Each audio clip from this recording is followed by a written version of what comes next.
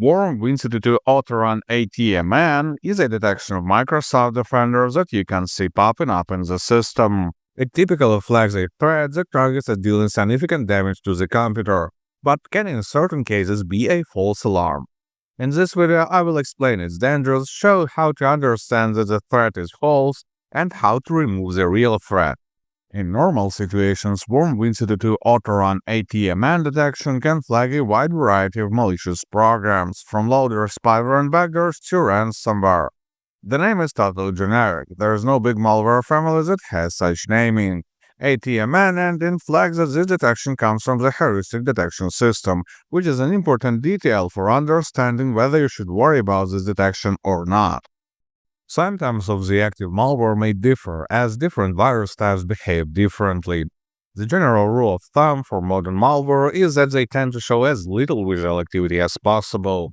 All you can expect is seeing your network traffic consumption going up, console windows blinking, and your files becoming impossible to access. But in a few days, other effects may pop up. Online accounts that you have on the infected PC may start sending tons of spam messages, which is a definite sign of them being hijacked. There is also a possibility of this detection being a false positive. As I said, it comes from the heuristic detection system, which requires confirmation from other detection systems for better accuracy. When other systems cannot confirm or deny that the threat is real, it can end up with a false detection. If you see Microsoft Defender flagging a safe and legit application as malicious, you can just dismiss the alarm. But how to understand whether you should worry about the Win32 Autorun atmn detection or not? Manual analysis may be complicated, especially since malicious programs can sometimes mix their files with legit applications. For that reason, I recommend running a second opinion scan with Win32 and Malware. It will quickly reveal whether there is any threat to your system or not.